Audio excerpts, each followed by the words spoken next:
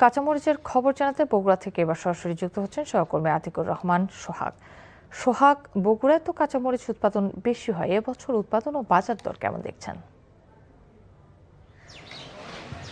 কাকলি, আমরা আজকে সকাল থেকে বগুড়া শহরে বিভিন্ন বাজার ঘুরে দেখেছি। আসলে কাঁচামরিচ কিন্তু 300 থেকে 340 টাকা কেজিতে বিক্রি হচ্ছে। যদিও বগুড়া কাঁচামরিচের উৎপাদন হয় অনেক বেশি।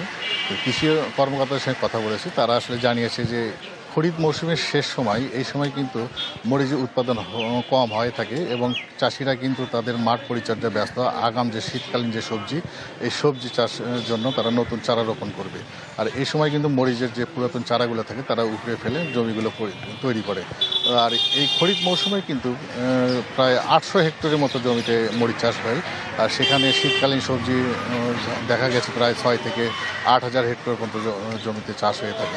এই যে কম উৎপাদনের কারণে এবং এই সময় প্রাকৃতিকভাবেই কিন্তু কম উৎপাদন হয়, এই জন্য বাজারেও কিন্তু চাহিদা অনেক বেড়ে, চাহিদা যেমন বেশি সেই সাথে কিন্তু যোগানটাও অনেক কম, এই জন্য দামটা বেড়েছে। প্রতি বছর এই সময় কিন্তু এই খরিফ মৌসুমে শেষ হওয়ার কারণে কিন্তু এই দামটা বৃদ্ধি হয়ে থাকে।